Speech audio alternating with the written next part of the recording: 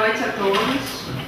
Bem, aqui chegamos à atividade final, antes da festa, a mesa de encerramento do terceiro Seminário Internacional da NCT, INEAC, nosso Instituto de Estudos Comparados em Administração Institucional de Conflitos.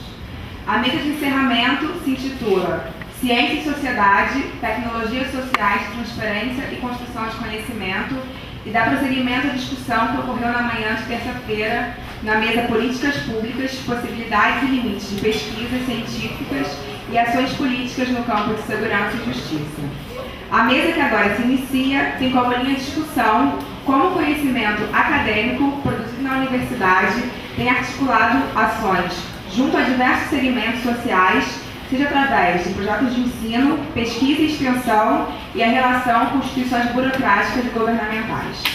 Tais experiências serão comentadas pela professora Sofia Tiscornia, da Universidade de Buenos Aires, que ao longo de sua carreira como antropóloga vem desenvolvendo diferentes ações não apenas na academia, mas junto a instituições públicas e a órgãos não governamentais em defesa dos direitos humanos na Argentina.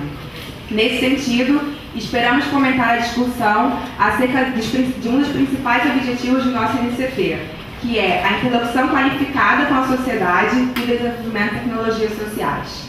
Passo agora a palavra para a Luciane Patrício, antropóloga e atualmente superintendente de articulação institucional da Subsecretaria de Educação, Valorização e Prevenção da Secretaria de Estado de Segurança do Rio de Janeiro.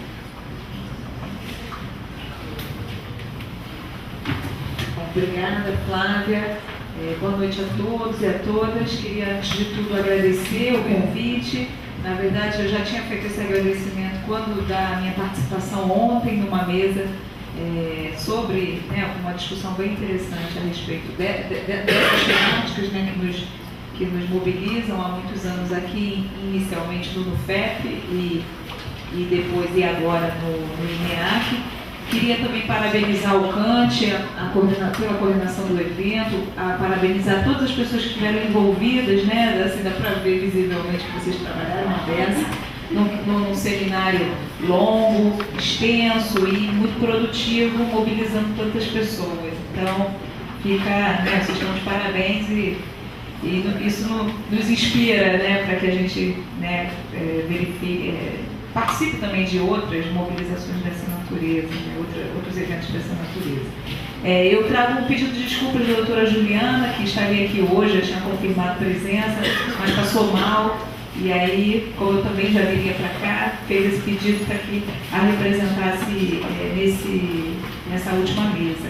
E diria, eu já cochichei aqui com a Sofia, eu falei assim, não preparei nada assim, muito elaborado sobre isso. Então, vou fazer alguns comentários que eu acho que são pertinentes, do lugar que eu estou nesse momento, que é na minha tese de doutorado, na elaboração da tese de doutorado, isso já era uma questão, desse lugar híbrido, digamos assim, de estar envolvida em políticas públicas, isso é uma escolha, foi a minha escolha, e também está passando pelos ritos acadêmicos. E eu acredito, e por isso sempre converso com o professor Kant e com outros professores de outras universidades, que esse conhecimento que está sendo produzido pode sim estar sendo aplicado, e aí a gente está falando de pesquisas aplicadas, enfim, nas políticas públicas. É claro que esses lugares, eles são muito bem definidos, digamos assim, o lugar do pesquisador, a que serviço ele está, qual é o tipo de reflexão que ele desenvolve,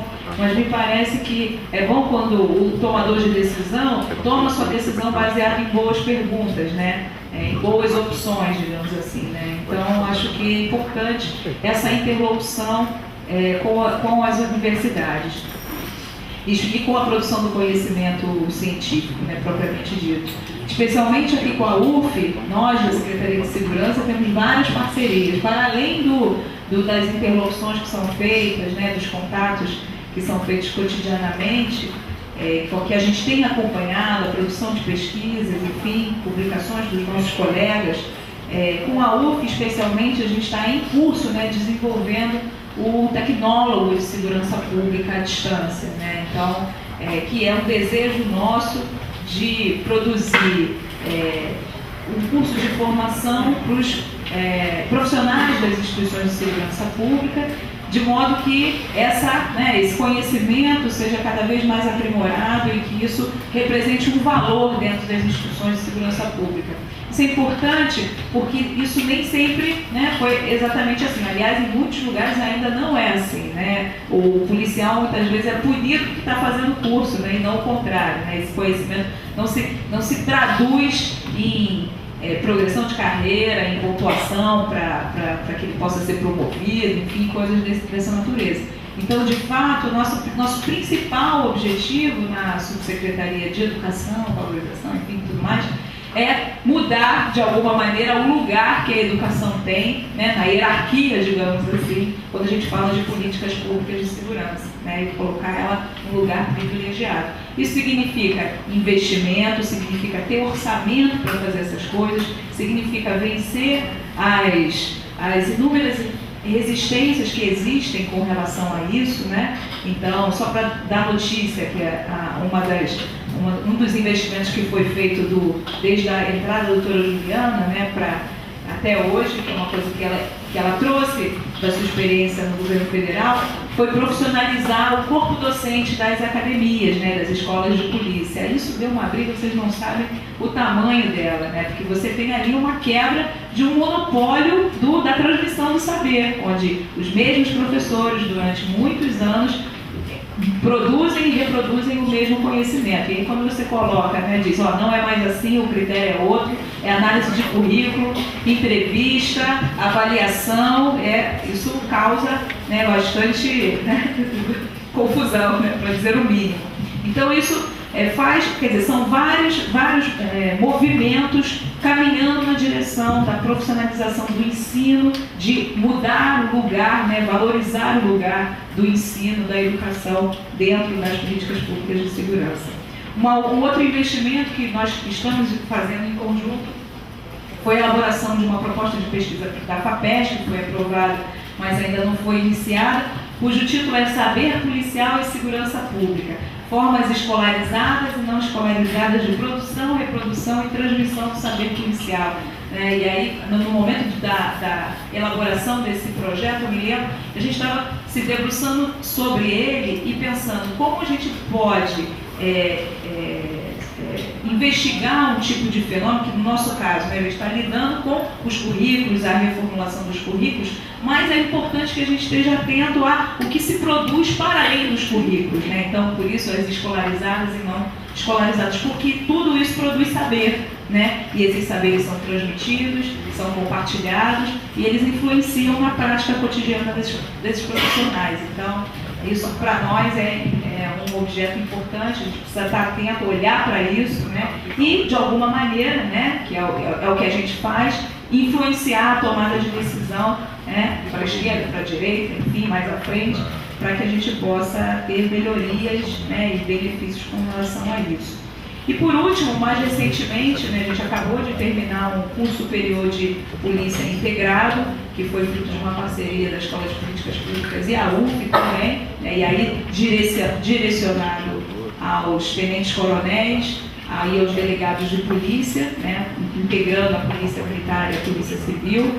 Adianto a vocês que isso não é feito de maneira fácil, ou seja, desde do processo, né, de elaboração do curso, de aprovação desse tipo de curso dentro da burocracia estatal, como também o próprio entendimento dos alunos daquele lugar, né, daquele espaço de transmissão de conhecimento, de troca de conhecimento, quando a gente está falando de profissionais que estão praticamente no fim da sua carreira, que já estão quase saindo, e aquilo muitas vezes representa mais um rito, né? Eu vou vir agora, eu vou descansar, do que um lugar para, de fato, estudar, né? Então, isso é importante, porque cada vez mais a gente tem se debruçado para o investimento para os postos hierárquicos anteriores aos últimos, quer dizer, né, fazer cursos direcionados a, por exemplo, aos capitães, aos tenentes, que vão ainda produzir, né, ter que trabalhar algum tempo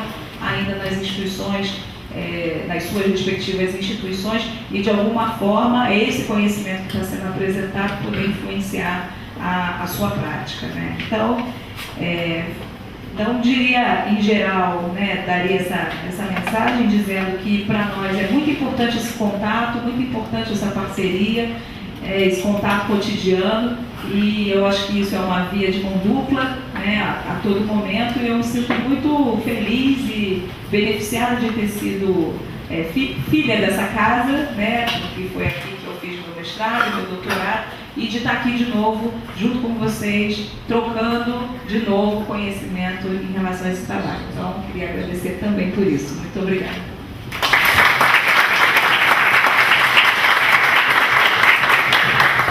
Muito obrigada, Luciane. Passo a palavra agora para o Procurador de Justiça em Roraima e professor do mestrado em Direito Ambiental da Universidade Estadual de Amazonas, Edson Damas da Silveira. Boa noite a todos os meus corajosos guerreiros, né, que sobreviveram. Eu vejo com muita felicidade praticamente pelo menos mais da metade do auditório. E agradecer, quero fazer um agradecimento muito especial ao professor Cante, Roberto Cante, que eu já conheci os trabalhos do professor Cante, até porque são muito conhecidos no campo do direito.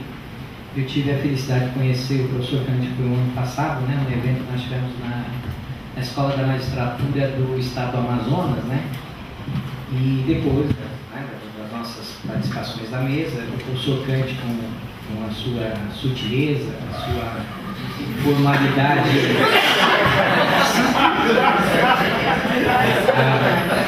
a formalidade lusitana dele, ele me abordou depois e chegou: porra, cara, gostei de você, meu.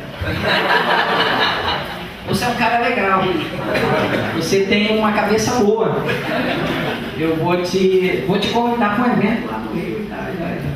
Eu gostei da cabeça boa, porque em que pese, né, dentro desse Ministério Público, não, você tem a cabeça boa. Mas eu quero um agradecimento todo especial e carinhoso ao professor Cante a oportunidade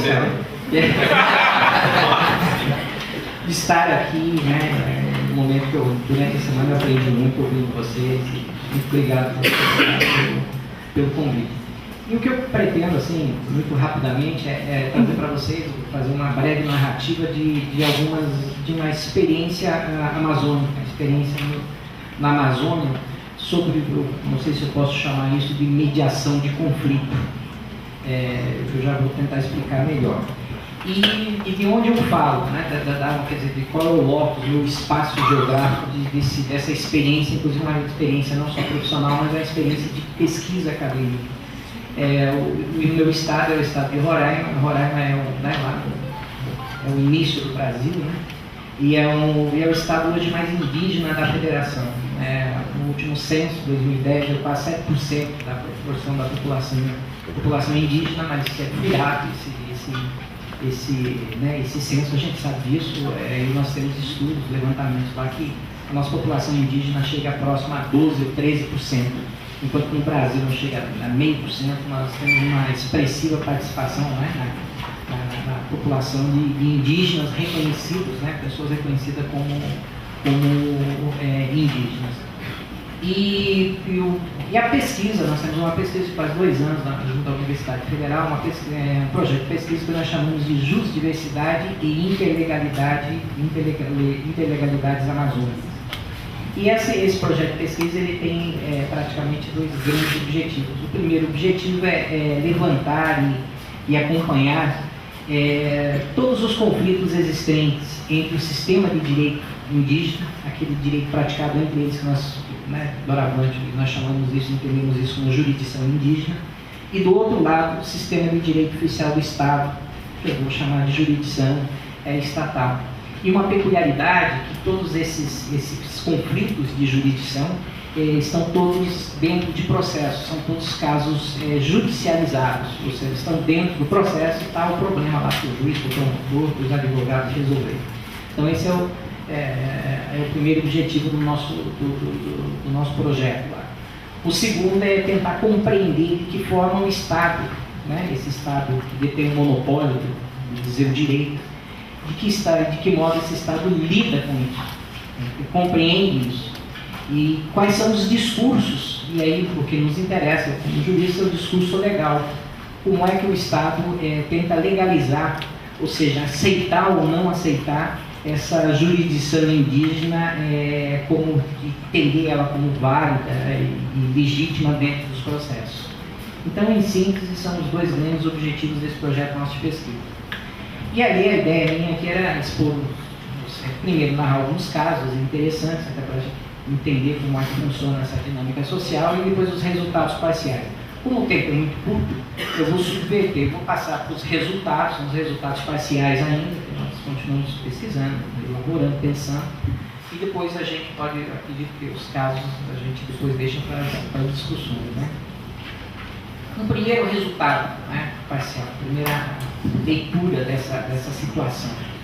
Não há um movimento articulado entre os atores forenses, os atores do processo, para resolver isso. Quer dizer, não há um movimento, não há um provimento da Corregedoria de Justiça, não há um movimento dentro do Ministério Público, nem na OAB, ou seja, não há uma articulação entre esses atores forenses de como deve se encaminhar esse tipo de solução para esse conflito. Então, as decisões que nós temos são decisões isoladas dentro de processos, isoladas, desarticuladas, e diversos discursos. Ora, você tem um modo de compreender isso, né, de encaminhar usando o dispositivo do Estatuto Índio, ora uma causa supralegal de estudante de ilicitude, ora olhando para o texto constitucional e tal. Então não há realmente um movimento articulado desses atores. Essa é a primeira conclusão. A segunda conclusão, que invariavelmente esses processos, eles se resolvem na primeira instância, ali entre o advogado da FUNAI, o procurador da União, o pessoal da Defensoria Pública, o Ministério Público e o juiz. E aí sim é interessante que todos entendendo a situação local, né, essa dinâmica da relação dessas sociedades, eles acabam conjugando esforços no sentido de resolver aquele fato, né, aquele conflito dentro do processo, e aí, no sentido de se resolver, entra um acordo, se fala, inclusive as decisões são construídas de uma maneira dialogada entre esses atores, e quase que, tudo no sentido de se evitar recurso para o tribunal. Por quê? Porque o tribunal é conservador, né, o tribunal nós entendemos, não confiamos muito no nosso tribunal, o pessoal, né? Então, a gente tenta articular ali para que o advogado não recorra da FUNAI, que o colega lá do Ministério Público não recorra, o juiz, né, tenta. Então, na maioria das vezes a gente consegue isso. Então, é uma segunda observação em resultado interessante. Um terceiro resultado também parcial desse processo, né, dessa dinâmica. O que a gente percebe é que o direito do Estado, a jurisdição estatal e os seus agentes do Estado, eles efetivamente acabam tolerando essa jurisdição indígena.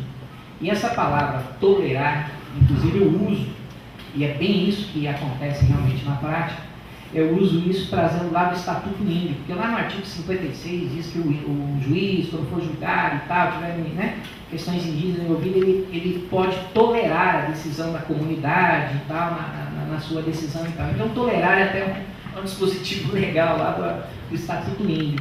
E realmente o que acontece é isso mesmo. Tolera. Infelizmente, eu não gostaria que tivesse essa confusão aqui, né? Vocês já apresentaram uma solução, tem uma solução para esse caso em concreto, envolvendo indígenas. Quer saber uma coisa? Eu vou acabar tolerando esse negócio aqui e tal. Então acaba havendo esse sentimento mesmo de tolerância. E tudo isso porque há uma enorme dificuldade ainda desses atores, desses operadores do direito, de aplicar ou de compreender principalmente o artigo 231, o caput, onde reconhece hoje, né, o direito à organização social, línguas, crenças, tradições, costumes dos povos indígenas, porque até então a tradição do direito indígena era tudo ligado à terra. Depois de 38, o artigo 231 trouxe uma nova categoria de direitos, e eu chamo isso de direito à cultura, ou seja, é direito índio, que se vê, que se respeita a sua organização social.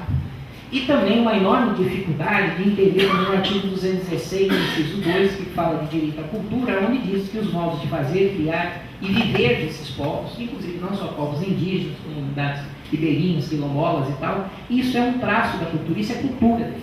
Então também é direito deles de que sejam, que nesse modo deles de viver e o direito que é, ele regula o modo de vida em sociedade, né? A resolução de conflito dentro da comunidade. Então há uma enorme dificuldade de compreensão desses dispositivos constitucionais. Um quarto resultado, né, dessa observação empírica nesses processos, nessas demandas, que quando há recusa da jurisdição indígena, quando o Estado não reconhece a jurisdição indígena, quer saber de uma coisa? Meu grau de tolerância estourou meu saco com vocês. Não quero saber, que vale a minha jurisdição. E aí, normalmente, essa negativa da jurisdição indígena se dá sobre os dois grandes argumentos. Primeiro, negando ao indígena a condição dele de ser índio. Não, você tem CPF, tem carteira de motorista, você tem casa na cidade, tá? Então você não é mais índio. Então eu não reconheço a decisão lá da tua comunidade. E o segundo, que você respeita, a linha de pesquisa de vocês, é um auferimento àquela pauta de direitos humanos do Ocidente, ou seja, olha, com respeito à decisão tomada lá na comunidade, por quê? Porque isso fere a pauta de direitos humanos. E a gente não pode esquecer que muitas comunidades, muitos povos lá, a pena de espancamento, de açoitamento, trabalho forçado e também é muito comum a pena de banimento, né? E aí depois eu tenho até um caso concreto de banimento, onde nós acabamos respeitando a pena de banimento, nosso sistema, e demos ela como válido e aplicamos, quer dizer, ajudamos inclusive a dar cumprimento a essa pena de banimento promovida pela comunidade. E quinto resultado parcial, há uma grande incidência de processos, os casos de crimes contra a dignidade sexual, aquele estupro presumido de vulnerável, né? Ou seja, relação sexual com menor, mesmo com consentimento, com menor de 14 anos. E aí tem um dado super interessante, também resultado de uma pesquisa empírica, inclusive eu estou trabalhando com isso no meu estágio de pós-doutoramento, que 2/3 dos índios presos na penitenciária nossa do Estado, 2/3, justamente é crime contra a dignidade sexual. E, então, há uma dificuldade de nós aceitarmos, o juiz, o promotor, o advogado, que, né, as famílias, a menina, a partir de 11, 12, 13 anos, está liberada para ser mãe e tal. E também dificuldade de a gente entender que, em algumas comunidades, alguns povos, o casamento, a união, é um processo negociado. E é interessante, e também tem alguns casos também para citar para vocês, que algumas famílias usam da prerrogativa de denunciar, porque sabem que isso é crime lá no direito do Estado, usam dessa prerrogativa de denúncia para justamente negociar o melhor acordo conjugal entre as famílias.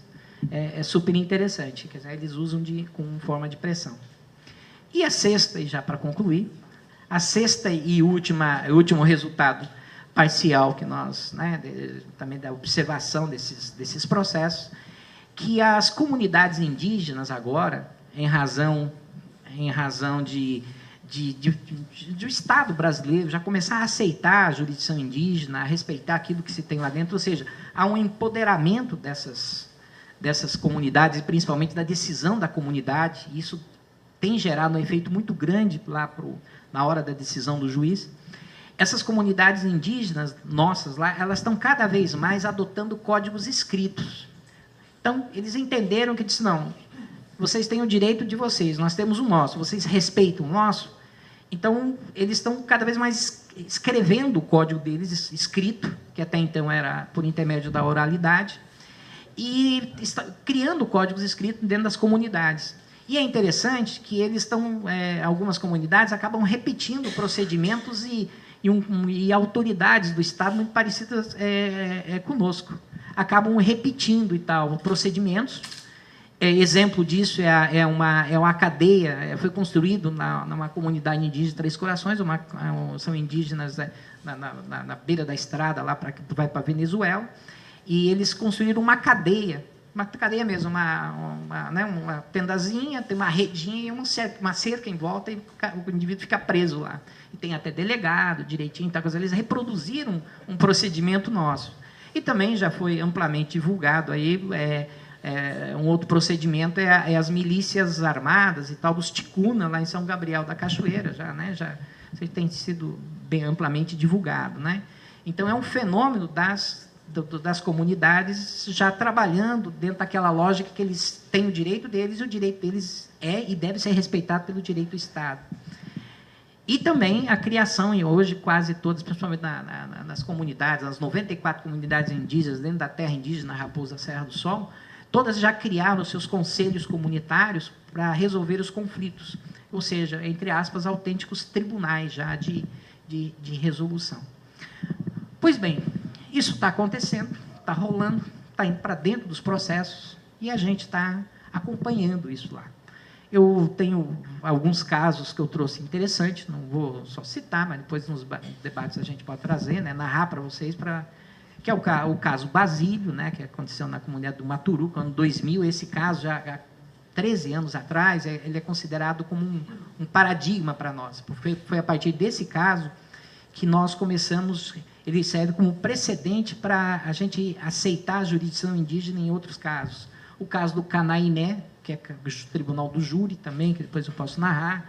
O caso do Amarilda, da Malacacheta, que teve pena de banimento. E também inquéritos, a maioria, grande quantidade de inquéritos envolvendo esse estupro presumido, né, do crime contra a dignidade sexual, aonde depois que o menino é preso direitinho e tal, aí vai a mãe da menina lá e diz: não, eu não queria que fizesse isso, só queria que ele assumisse a paternidade, me ajudasse a cuidar da menina e tal. Mas o menino já foi preso, já está lá na PA como um estuprador e tal. Imagine o que acontece com o indígena lá dentro. Primeiro preconceito, né? Estuprador. E o segundo e pior preconceito dentro do sistema prisional é ser indígena, índio.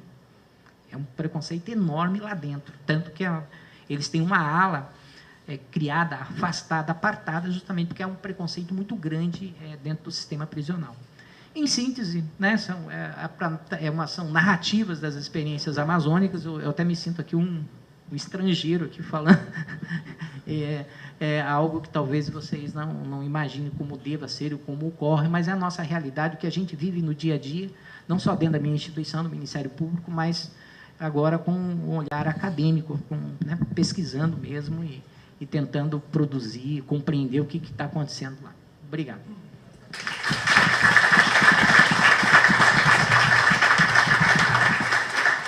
Obrigada, professor. Bem, antes de passar a palavra, só para lembrar a todos que entregar o parecer de avaliação do evento, por favor, quem preencheu, quem tiver interesse para contribuir para o próximo seminário, entregar para algum dos monitores o parecer. Obrigada.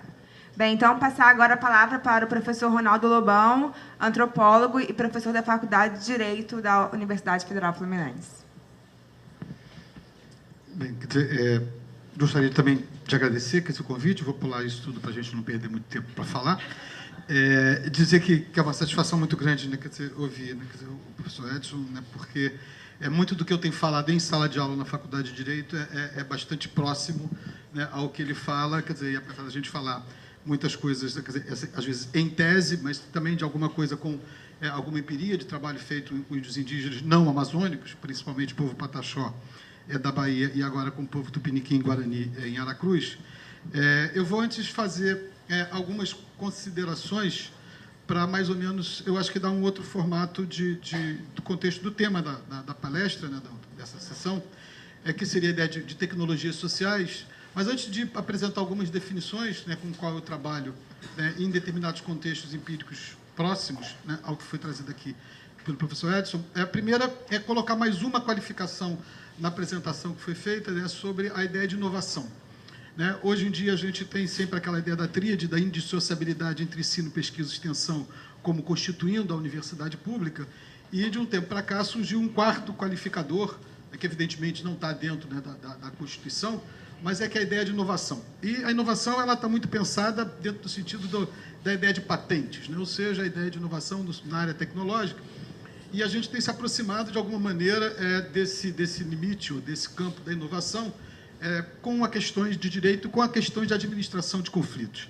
E aí difere um pouco do sentido da extensão, porque, de uma forma bastante embrionária, a ideia da extensão é exatamente quando um conhecimento produzido dentro da universidade ele é levado até a sociedade, e aí nós teríamos dizendo que a universidade sai de seus muros e vai até a sociedade com esse modelo clássico da extensão.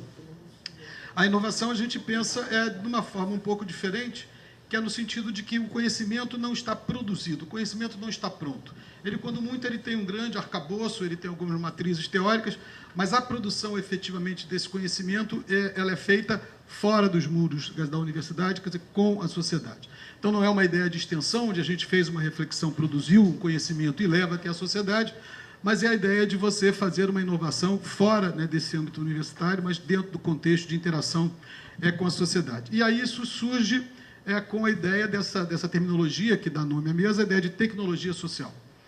E aí uma definição, porque a gente muitas vezes não se debruça para pensar exatamente o que seria tecnologia social, há uma definição com a qual eu venho trabalhando que eu acho que dá conta um pouco dessas duas dimensões, substantivar o conceito de tecnologia social, mas, de alguma maneira, vincular a tecnologia social à ideia de inovação, que seria, então, tecnologias sociais seriam produtos, técnicas, metodologias reaplicáveis, desenvolvidas em interação com as comunidades que representam efetivas soluções de transformação social. Então, eu acho que essa definição é boa para pensar, porque ela traz a ideia desse desenvolvimento em interação e a ideia de transformação social, ou seja, quer dizer, a ideia exatamente que a gente podia pensar associada à inovação. Onde é que a gente tem trabalhado, onde é que o grupo lá do NUPIG tem trabalhado a partir da Faculdade de Direito, e, evidentemente, a partir de toda a trajetória que eu comecei a minha carreira aqui no NUFEP e no INEAC, a ideia de conflitos socioambientais. Quer dizer, e aí eu tenho claramente esse recorte, e também, só para dar uma ideia de o que eu penso, né, sobre conflitos socioambientais, poderíamos pensar que conflitos que envolvem diferentes grupos com distintas divisões sobre significados e direitos, sobre espaços naturais e espaços necessários para a reprodução material, cultural e simbólica dos grupos culturalmente diferenciados.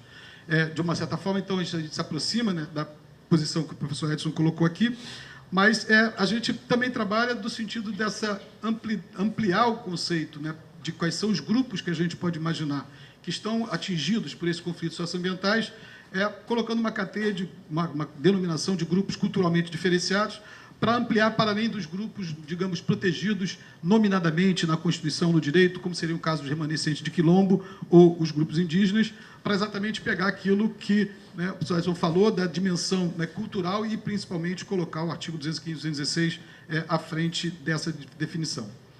Bom, se a gente definiu mais ou menos onde é que esses conflitos atuam, eu também trabalho, a partir da minha tese de doutorado, com dois conceitos que eu acho interessantes estarem sempre presentes para a gente pensar algumas dimensões sobre a parte principal, a parte primeira, né, da ideia de conflito socioambiental, sobre o conflito. E aí eu trabalho com duas qualificações que eu acho interessantes, que vem de um grupo teórico nos Estados Unidos sobre administração de conflitos, que é a noção de conflitos tratáveis e conflitos intratáveis, né? E aí, para reproduzir um pouco o que está colocado dentro dessa linha, a ideia de conflitos tratáveis seriam conflitos que podem chegar a um bom termo, pois há consenso sobre o significado do objeto em disputa. Então, é mais ou menos como se eu me apropriar do nosso belo relógio que está aqui, surgirá um conflito entre nós dois, mas nós poderemos imaginar que esse é um conflito tratável. Eu vou dar $29 ou não, mas eu vou discutir que é meu, que eu não tenho que dar nada. Mas não haverá dúvida entre nós dois sobre que isso aqui é um relógio. E aí a gente vai poder discutir de quem é o relógio, quem comprou o relógio, mas esse é um relógio. Bom, esse conflito pode chegar ao bom termo, porque todo mundo sabe que isso aqui é um relógio, eu e ele sabemos que isso aqui é um relógio, não tem muita dúvida sobre isso. Conflitos intratáveis têm uma outra dimensão, primeiro que seriam conflitos de longa duração, né, e que resistem sistematicamente a uma forma de solução, uma forma de administração. Nesse processo de um conflito, há episódios de conflito, há determinadas disputas que eventualmente podem chegar a bom termo, mas imediatamente após eclodem novas disputas, novos episódios conflitivos. O que acontece também dentro dos conflitos intratáveis são que os atores mudam ao longo do processo do conflito. De repente, um grupo que está conflitivo, no caso, né, trazido aqui pelo professor Edson, uma família denuncia, de repente ele muda. Ele muda o novator chega, a mãe da vítima, o pai denunciou a outra família, mas aí a mãe da menina aparece e mudam, então, esses atores. E, basicamente, o que é mais interessante nessa ideia de conflito intratável é que não há consenso sobre o objeto da disputa. Ou seja, o que é que está em disputa? No caso que eu vou falar, assim, por exemplo, do Morro das Andorinhas, que é aqui em Niterói, onde uma comunidade tradicional morava dentro de um parque.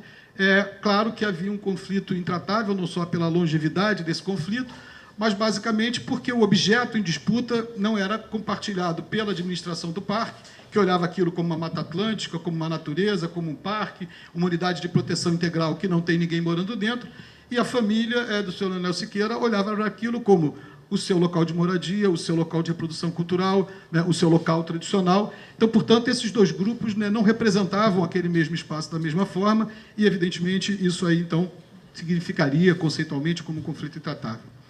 A ideia, então, de administração de conflitos intratáveis passa, de alguma forma, necessariamente, aí sim, pela construção de tecnologias sociais através da ressignificação compartilhada do objeto em disputa e, eventualmente, a possibilidade de construção de novos instrumentos legais, jurídicos e administrativos que concretizem essa ressignificação do espaço. Então, no caso específico, então, no Morro das Andorinhas, isso foi feito no sentido de que, primeiro, para a família, ressignificar aquele lugar não mais como o lugar da moradia, o lugar da propriedade, mas como lugar de permanência. Ou seja, o objetivo da família não é ter assegurado um título de propriedade, uma escritura definitiva, mas simplesmente a permanência naquele mesmo lugar, no sentido de seria a sua reprodução cultural, material e simbólica daqui para frente. Para a administração do parque, a ideia de que ali não seria, então, a ideia de uma agressão ou de uma invasão ou de uma ocupação a uma unidade que não tem presença humana no seu interior, mas a ideia de um elemento integrante dentro dos atributos daquele espaço natural. Ou seja, de alguma forma, colocar aquele modo de vida da família de Leonel Siqueira como sendo um modo de vida que integra o parque. Da mesma forma que a árvore, o bicho, o espaço, a planta, etc. e tal, aquela família, e no caso especificamente, o sítio da Jaqueira, que é como foi, então, a solução alternativa que a gente encontrou para ressignificar essa disputa. O sítio da Jaqueira faz parte do Parque Estadual da Serra da Tiririca e, dentro do sítio da Jaqueira, mora a família de Leonel Siqueira. E, para poder fechar esse conflito, administrar esse conflito, foi construído um novo instrumento, que não existia, de alguma forma, no ordenamento jurídico, que foi o termo de acordo socioambiental. Quer dizer, ele materializa entre três atores fundamentais, a família, uma associação e a administração do parque, não responsabilidades recíprocas, o que um deve ao outro, o que um contratou entre o outro, mas o que cada um deve fazer de acordo com essa concertação. Há atribuição de deveres e obrigações da família, há obrigações e deveres da associação e há obrigações e deveres da administração do parque. E o processo de avaliação desse termo de acordo é frente ao cumprimento ou não cumprimento dessas obrigações que cada um desses grupos ou cada um dessas partes do acordo pôde construir. Essa ideia, então, de inovação, essa ideia de inovação dentro da administração de conflitos intratáveis, ela representou, do ponto de vista dessa trajetória da administração de conflitos dentro do INEAC, o resultado de um processo de longa duração também com a nossa participação. Ou seja, se o conflito lá tem, mais ou menos, ou tinha, no total, até o desfecho de celebração desse termo de acordo, cerca de 20 anos, a partir do primeiro inquérito civil público, em 1992, nós participamos, pelo menos, há 10 anos desse processo. Ou seja, são também processos de inovação que não são dando os marcos, digamos, de uma etnografia clássica ou de uma dissertação de mestrado ou de uma tese de doutorado. É exatamente um processo que necessita uma institucionalidade da participação da universidade como um ator importante do processo, de longa duração, e aí, realmente, não só no FEP, mas o INEAC foram fundamentais para essa possibilidade de chegar a bom termo.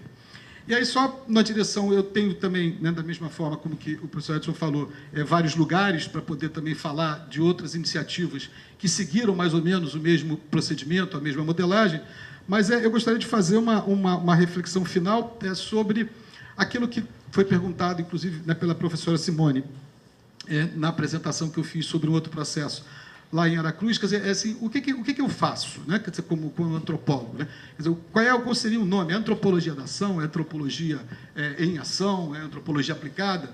E aí eu gosto de pensar que eu faço uma antropologia reflexiva. Né? Ficou bonitinho, assim, né? Quer dizer, né? Bastante neutro. E o que seria essa antropologia reflexiva?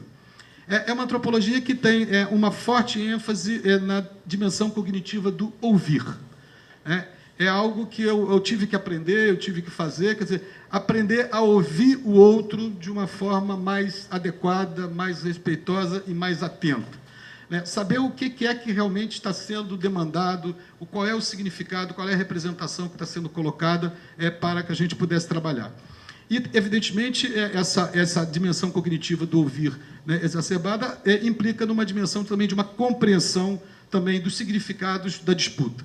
O que está sendo colocado? Quer mesmo propriedade? Quer o título de propriedade? Quer um registro no cartório? Ou quer permanecer, ou quer ter paz, ou quer ter tranquilidade, ou quer poder ter de novo uma horta dentro de um parque. Né? E a gente conseguiu uma horta dentro de um parque, ou seja, o que se precisava. Um outro elemento dessa antropologia reflexiva que eu acho importante é esse controle e um exercício da reflexividade, da projeção dos significados do próprio pesquisador. Quer dizer, o que eu entendo, então, como meio ambiente, o que eu entendo, então, como parque, o que eu entendo, então, como propriedade, para poder, quer dizer, não ter um forte viés, apesar disso ser impossível, nesse processo de ressignificação. E, de alguma forma, por fim, reconhecer esses limites, né, que também eu tenho que ter da interação com o processo de ressignificação do outro. Já houve casos onde o que o outro quer, né, ultrapassa o meu limite de significado. Isso aconteceu com o Grupo Guarani, que estabeleceu uma aldeia na Restinga de Camboinhas, onde eu confesso que eu sou absolutamente incapaz, né, quer dizer, de atuar nesse conflito. O que eu faço é não falar nada a favor, mas também não falar nada contra.